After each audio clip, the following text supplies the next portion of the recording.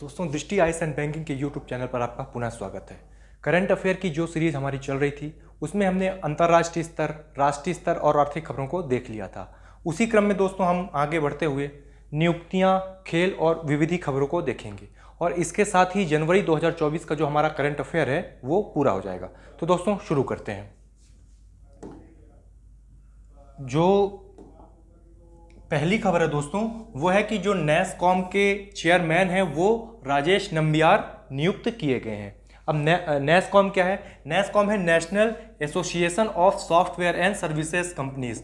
दोस्तों, जो हमारे यहाँ की सॉफ्टवेयर कंपनीज हैं उनका एक एसोसिएशन है, उसको कहा जाता है नैसकॉम। और नैसकॉम की जो स्थापना हुई थी दोस्तों वो 1988 में हुई थी।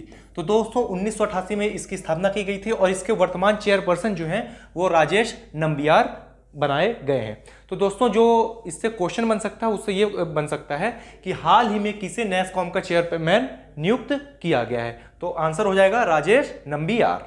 ठीक है।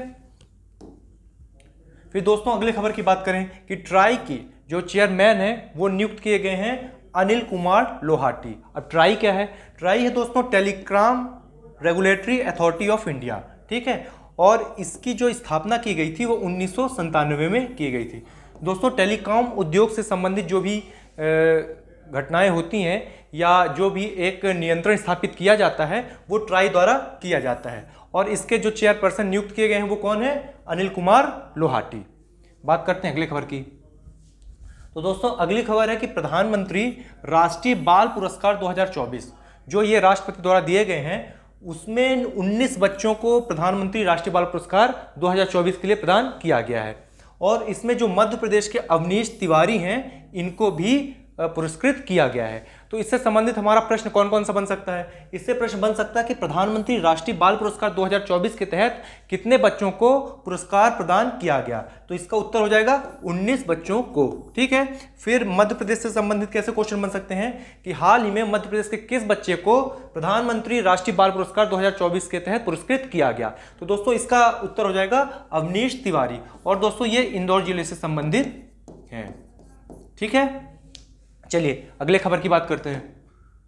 तो दोस्तों अगली खबर है कि गोल्डन ग्लोब अवार्ड 2024। दोस्तों ये फिल्म जगत से संबंधित अमेरिकन अवार्ड है। ठीक है। तो अमेरिका में जो फिल्म जगत से संबंधित जो अवार्ड दिए जाते हैं उनमें से एक है गोल्डन ग्लोब अवार्ड। इसके तहत जो सर्वश्रेष्ठ ड्रामा फिल्म का अवार्ड मिला है वो दोस्तों मिला है ओपेनहाइमर को, है ना। और जो इसके सर्वश्रेष्ठ अभिनेता हैं वो हैं सिलियन मर्फी और निर्देशक हैं क्रिस्टोफर नोलन। ठीक है। तो इससे संबंधित प्रश्न कौन से बन सकते हैं? इससे संबंधित प्रश्न बन सकते हैं कि गोल्डन ग्लोब अवार्ड के तहत सर्वश्रेष्ठ ड्रामा फिल्म कौन सी थी? तो उसका जवाब हो जाएगा ओपेनहाइमर। उसके और किस अभिनेता को दिया गया गोल्डन ग्लोब अवार्ड का सर्वश्रेष्ठ अभिनेता का अवार्ड? तो हो जाएगा सिलियन मर्फी और निर्देशक जो है वो कौन है? क्रिस्टोफर नोलन है। ठीक है। अच्छा, ये दोस्तों ऑस्कर से अलग होता है ना। ऑस्कर भी अमेरिकन द्वारा ही दिया जाता है लेकिन गोल्डन ग्लोब अलग है और ऑस्कर अलग है। फिर अगले खबर की बात करें तो फीफा अवार्ड 2023 है ना। तो दोस्तों जैसा कि रेगुलेटरी बॉडी है फुटबॉल की उसको कहा जाता है फीफा। तो फीफा ने क्या किया है कि 2023 के जो उनके प्रदर्शन रहे उसके लिए क्या है? सर्वश्रेष्ठ फुटबॉलर का अवार्ड दिया है, जिसके तहत जो पुरुष के सर्वश्रेष्ठ फुटबॉलर रहे वो रहे लियोनेल मेसी और जो महिला थी वो थी एताना बोनमती। दोस्तों लियोनेल मेसी के बारे में आप जानते ही होंगे कि ये अर्जेंटीना से संबंधित हैं और वर्तमान में ये इंटर मियामी क्लब के लिए खेलते हैं। ठीक है। और जो इंटर मियामी है ये यूएस बेस्ड एक क्लब है और इसके जो ओनर हैं वो डेविड बेकहम है ना। ये भी अपने जमाने के काफी शानदार खिलाड़ी रहे हैं। और दोस्तों जो महिला है वो है एताना बोनमती। दोस्तों ये जो है स्पेन की हैं और ये जो है FC Barcelona football club Barcelona के लिए खेलती हैं।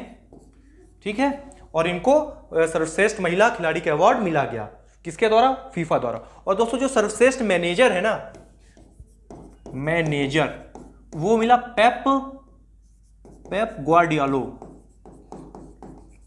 दोस्तों जैसे कि आपने सुना होगा कोच, जो फुटबॉल का कोच होता है उसको मैनेजर कहा जाता है और जो 2023 के लिए फीफा का बेस्ट मैनेजर का अवार्ड मिला वो मिला पेप ग्वार्डियोला को। ये भी दोस्तों स्पेनिश हैं और वर्तमान में मैनचेस्टर सिटी उस क्लब को मैनेज करते हैं या कोचिंग प्रदान करते हैं। ठीक है, इससे क्वेश्चन कौन कौन से बन सकते हैं? इससे क्वेश्चन ये बन सकते हैं कि 2023 का सर्वश्रेष्ठ फीफा पुरुष प्लेयर कौन सा था, है ना, मैनेजर कौन सा था और महिला खिलाड़ी कौन थी। चलिए अगली खबर की तरफ बढ़ते हैं। दोस्तों अगली खबर है कि नेताजी सुभाष चंद्र बोस आपदा प्रबंधन पुरस्कार 2024 किसे दिया गया? 60 parachute field hospital Uttar Pradesh को। इसमें सीधे यही क्वेश्चन बन सकता है कि नेताजी सुभाष चंद्र बोस का जो आपदा प्रबंधन पुरस्कार 2024 किसे प्रदान किया गया? तो ये हो जाएगा 60 parachute field hospital Uttar Pradesh को। इससे सीधे प्रश्न बन सकता है। फिर बात करते हैं अगली खबर की। तो दोस्तों अगली खबर है कि शांति काल के बहादुरी पुरस्कार 2024। तो दोस्तों आपको पता होगा कि एक तो युद्ध काल होता है और एक होता है शांति काल, है ना। तो शांति काल के दौरान जो है युद्ध, जो बहादुरी के पुरस्कार होते हैं, मतलब अगर युद्ध नहीं हो रहा है और फिर भी जीवन के दौरान या कुछ ऐसी घटनाएं होती हैं जिनके दौरान कोई व्यक्ति बहादुरी का परिचय देता है तो उसको शांति काल के जो बहादुरी पुरस्कार हैं उससे नवाजा जाता है। तो दोस्तों जो शांति काल के बहादुरी पुरस्कार हैं वो 3 प्रकार के होते हैं। कौन कौन से? अशोक चक्र, कीर्ति चक्र, शौर्य चक्र। ये सब सर्वोच्च होता है, ये उससे नीचे एक पदक्रम में होता है और ये तीसरे पदक्रम में होता है। तो दोस्तों 2024 के लिए अशोक चक्र किसी को भी नहीं मिला है, कीर्ति चक्र 6 लोगों को मिला है और शौर्य चक्र 16 लोगों को प्रदान किया गया है। अब इससे क्वेश्चन क्या बन सकता है? क्वेश्चन ये बन सकता है कि शांति काल का सर्वोच्च बहादुरी पुरस्कार कौन सा होता है? तो ये हो जाएगा अशोक चक्र। कौन कौन से होते हैं? अशोक चक्र, कीर्ति चक्र, शौर्य चक्र, है ना। और उसी प्रकार अगर युद्ध काल की बात करें तो दोस्तों युद्ध काल में होता है परमवीर चक्र, महावीर चक्र और वीर चक्र। ये 3 होते हैं किसके? युद्ध काल के। ठीक है, ये देखिए, ये परमवीर चक्र, महावीर चक्र, वीर चक्र। जबकि शांति काल के कौन होते हैं? अशोक चक्र, कीर्ति चक्र और शौर्य चक्र। ठीक है, फिर अगले खबर की तरफ बढ़ते हैं। तो दोस्तों अगली खबर है कि भारत रत्न पुरस्कार 3 फरवरी 2024 को अधिसूचना के तहत 2 लोगों को प्रदान किए गए। कौन कौन से? श्री कर्पूरी ठाकुर और श्री लालकृष्ण आडवाणी जी को। और अब कुल संख्या 50 हो गई है। तो दोस्तों इनसे पहले 3 लोगों को और घोषणा की गई थी। कौन कौन से वो 3 लोग? MS स्वामीनाथन और PV नरसिम्हा राव और तीसरे थे चौधरी चरण सिंह। तो दोस्तों इन 5 लोगों को भारत रत्न के पुरस्कार से नवाजा गया और जिसके तहत कुल संख्या हो गई है 50। ठीक, और इनकी शुरुआत कब से की गई थी? 1954 से की गई थी। ठीक, अब इससे कौन कौन से प्रश्न बन सकते हैं? इससे प्रश्न ये बन सकता है कि जैसे 4 लोगों का नाम दे दिया गया और उससे पूछ लिया गया कि निम्न में से किसे 2023 में या 2024 में भारत रत्न पुरस्कार नहीं दिया गया है। ठीक, भारत रत्न पुरस्कार की शुरुआत कब से हुई? भारत रत्न पुरस्कार प्राप्त करने वाले लोगों की संख्या वर्तमान में कितनी है? ठीक है, चलिए फिर अगली खबर देखते हैं। दोस्तों अगली खबर है पद्म अलंकरण 2024। तो दोस्तों क्या होता है कि भारत रत्न सर्वोच्च पुरस्कार होता है, उससे फिर कुछ निचले पायदान के पुरस्कार होते हैं। उसमें कौन कौन से होते हैं? उसमें होता है पद्म विभूषण और पद्मश्री। तो दोस्तों 2024 के लिए हमने 132 लोगों को दिया है, जिनमें से 110 लोगों को हमने दिया है पद्मश्री, है ना, और 17 लोगों को दिया पद्म भूषण और 5 लोगों को दिया है पद्म विभूषण। ठीक है, तो इससे संबंधित प्रश्न कौन कौन से बन सकते हैं कि 2024 का पद्म विभूषण पुरस्कार किसे प्रदान किया गया? ठीक, तो कुल कितने लोगों को किया गया? 132। ठीक है, कितने लोगों को पद्मश्री मिला? 110। कितने लोगों को पद्म भूषण मिला? यह है 17। और कितने लोगों को विभूषण मिला? ये हैं 5 लोग। ठीक, अब पद्म विभूषण किसे किसे मिला? दोस्तों इनको मिला है M वेंकैया नायडू, चिरंजीवी, वैजयंती माला, पद्मा सुब्रमण्यम और बिंदेश्वर पाठक। इनको मरणोपरांत मिला। ठीक है, अब देखिए जैसे वैजयंती माला ये किससे संबंधित है? आर्ट से संबंधित है, कला से संबंधित है। फिर श्री कोंडियला चिरंजीवी ये किससे संबंधित है? आर्ट से संबंधित है, मतलब कला से संबंधित है। फिर श्री M वेंकैया नायडू ये किससे संबंधित है? पब्लिक अफेयर्स से संबंधित है। ठीक है, फिर श्री बिंदेश्वर पाठक ये किससे संबंधित है? सामाजिक कार्य। ठीक, आपने वो सुलभ शौचालय सुना होगा ना, सुलभ शौचालय, इसके लिए इन्होंने विशेष योगदान दिया था, है ना। और फिर लास्ट में क्या है, MS पद्मा सुब्रमण्यम, ये किससे संबंधित है, कला से संबंधित है। तो दोस्तों इन 5 लोगों का नाम आपको याद रखना है, ठीक है। तो 5 लोग ये हो गए, बल्कि पद्म विभूषण कितने लोग को मिला, और सॉरी पद्म भूषण कितने लोग को मिला, ये आपको याद रखना 17 लोगों को, और पद्मश्री कितने लोग को मिला, 110 लोगों को, ठीक है। चलिए अगली खबर की तरफ बढ़ते हैं। तो दोस्तों जो अगली खबर है, अच्छा 110 लोगों को मिला क्या, पद्मश्री, ठीक है। अब देखिए विभूषण और भूषण, ठीक है, ये 5 लोगों को मिला था, इसे 17 लोगों को मिला था। इसमें मध्य प्रदेश का कोई भी व्यक्ति शामिल नहीं है, लेकिन मध्य प्रदेश के ऐसे 4 लोग हैं जिनको पद्मश्री अवार्ड मिला। वो कौन कौन है 4 लोग, उनका नाम हम देखते हैं। हमसे ये MPPSC में सीधे प्रश्न पूछ सकता है कि निम्न में से किसे 2024 का पद्मश्री अवार्ड मिला, ठीक है। तो वो कौन है 4 लोग, कालूराम बामनिया, ये किससे संबंधित है, कला से संबंधित है। फिर सत्येंद्र सिंह लोहिया, ये किससे संबंधित है, खेल से संबंधित है, ठीक है। और ये पैरा एथलीट है, ठीक, पैरा एथलीट। फिर तीसरे भगवती लाल पुरोहित, ये किससे संबंधित है, शिक्षा एवं साहित्य से संबंधित है। और चौथे हो गए अपने ओम प्रकाश शर्मा, जो किससे संबंधित है, कला से संबंधित है, ठीक है। चलिए अगली खबर की तरफ बढ़ते हैं। तो दोस्तों अगली खबर है कि 69वें फिल्म फेयर अवार्ड, ठीक है, ये टाइम्स ग्रुप द्वारा प्रदान किए जाते हैं, है ना। तो दोस्तों MPPSC ये क्वेश्चन पूछ सकते हैं, पता नहीं, लेकिन हो सकता है कि वनडे एग्जाम में कहीं भी ये प्रश्न पूछा जा सकता है। तो जो सर्वश्रेष्ठ फिल्म रही वो कौन सी थी, 12th फेल, है ना। और जो सर्वश्रेष्ठ डायरेक्टर का अवार्ड मिला वो विधु विनोद चोपड़ा जी को मिला, और इन्होंने ही क्या किया है, 12th फेल जो फिल्म है ना, इसको डायरेक्ट किया है। फिर जो सर्वश्रेष्ठ अभिनेता का अवार्ड मिला वो रणबीर कपूर को मिला, किस फिल्म के लिए, एनिमल फिल्म के लिए। और जो सर्वश्रेष्ठ अभिनेत्री या एक्ट्रेस है उसका अवार्ड मिला आलिया भट्ट को, किसके लिए, रॉकी और रानी की प्रेम कहानी के लिए, ठीक है। तो इससे संबंधित ऐसे कुछ साधारण से क्वेश्चन बन सकते हैं कि सर्वश्रेष्ठ फिल्म जो है 69वें फिल्म फेयर अवार्ड में किसे कौन सी थी, ठीक है। चलिए, और ये कहाँ आयोजित किया गया था, गांधीनगर गुजरात में, ठीक है, 28 जनवरी के दिन। फिर अगली खबर की बात करते हैं। तो दोस्तों जो 27वां राष्ट्रीय युवा महोत्सव है ना, वो नासिक में आयोजित किया गया या मनाया गया, ठीक है। अब कब से कब तक, 12 से 16 जनवरी। युवा महोत्सव के बारे में आप जानते हैं कि जो युवा दिवस है वो कब मनाया जाता है, युवा दिवस मनाया जाता है 12 जनवरी। क्यों, क्योंकि स्वामी विवेकानंद का बर्थडे है इस दिन, इसलिए हम लोग क्या मनाते हैं, किस रूप में, राष्ट्रीय युवा दिवस के रूप में। तो जो 27वां राष्ट्रीय युवा महोत्सव है वो कहां मनाया गया, नासिक में। नासिक कहां पड़ता है, महाराष्ट्र में, ठीक है, ये भी हो सकता है, ठीक है।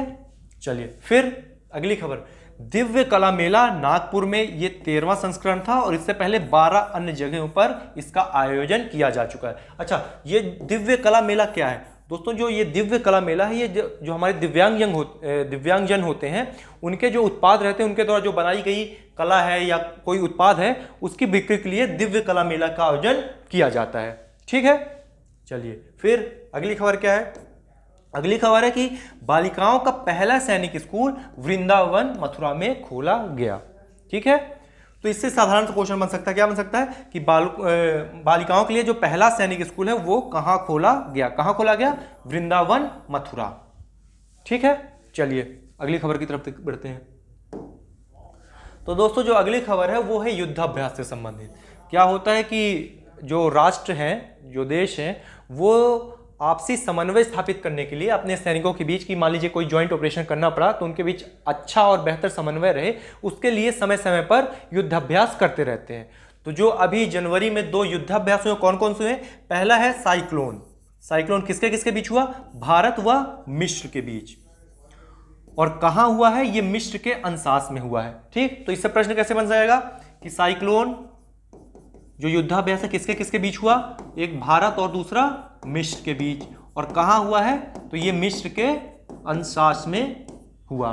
फिर दूसरा खंजर, खंजर क्या युद्धाभ्यास है, किसके किसके बीच हुआ, भारत व किर्गिस्तान के बीच, और कहां हुआ है, वो हुआ है हिमाचल प्रदेश में, ठीक है, ये पूछ सकते हैं कि खंजर जो युद्धाभ्यास है किसके किसके बीच हुआ, भारत और किर्गिस्तान के बीच।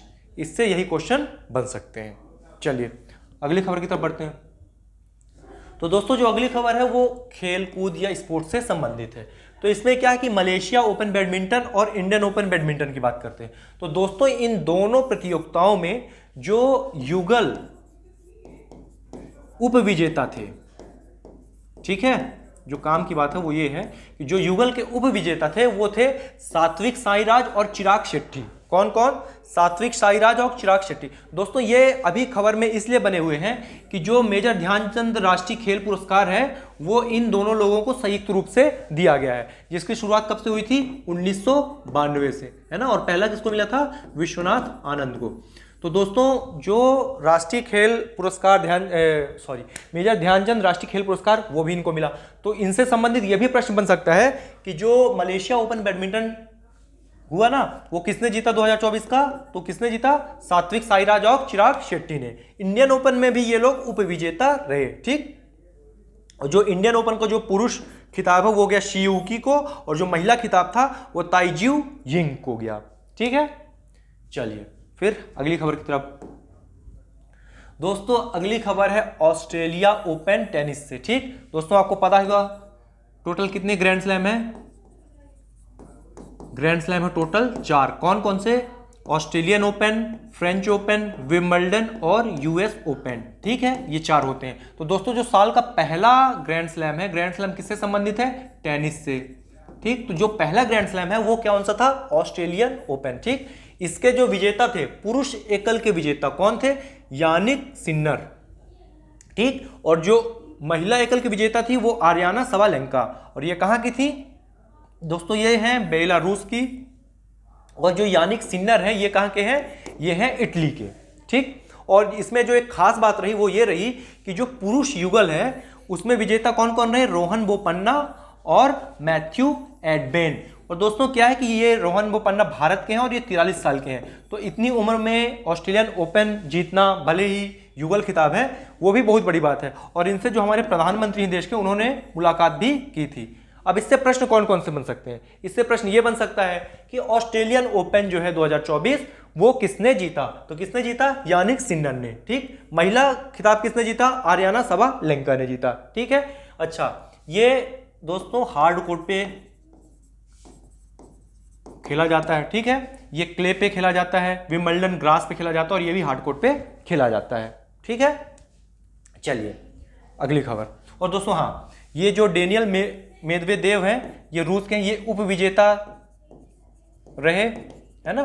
तो इनका भी नाम पूछा जा सकता है कि ये किस देश से संबंधित हैं, ठीक है। और उसी प्रकार उपविजेता कौन थी, जैक क्वीन, वे ये चीन की थी, ठीक। चलिए अगली खबर की तरफ बढ़ते हैं। तो दोस्तों जो अगली खबर है वो बैटन कप से संबंधित है, ठीक। तो 2024 का जो बैटन कप है जो कि हॉकी से संबंधित है, उसमें जो विजेता थी वो कौन थी, नौसेना की टीम, ठीक। अब जो ये बैटन कप है ये देश का सबसे प्राचीन हॉकी टूर्नामेंट है ना, जैसा कि आपको पता होगा। और इसमें जो फाइनल में विजेता थे वो कौन थे, नौसेना की टीम थी। अब इससे प्रश्न कौन कौन से बन सकते हैं, बैटन कप किससे संबंधित है, ठीक।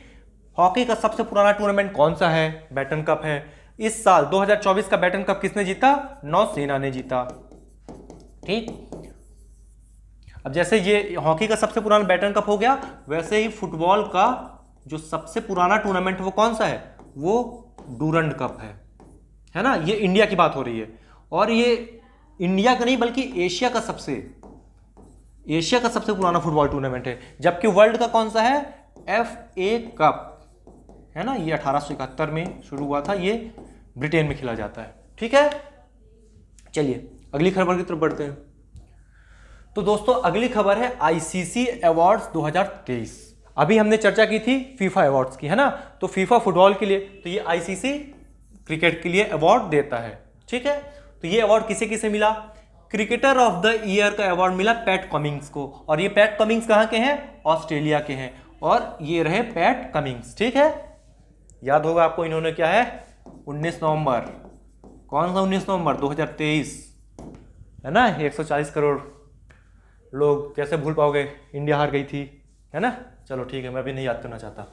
फिर दूसरा है ODI cricketer of the year Virat Kohli, ये कहाँ के हैं? भारत के हैं। और विराट कोहली कहाँ है? देखिए दोस्तों, क्या होता है जो क्रिकेट टूर्नामेंट होता है, एक होता है T20। T20 में क्या होता है? दोनों टीम 20-20 ओवर खेलती हैं। फिर एक होता है वनडे, इसमें क्या होता है? दोनों टीमें 50-50 ओवर्स खेलती हैं। और एक होता है टेस्ट में क्या होता है? 5 डे।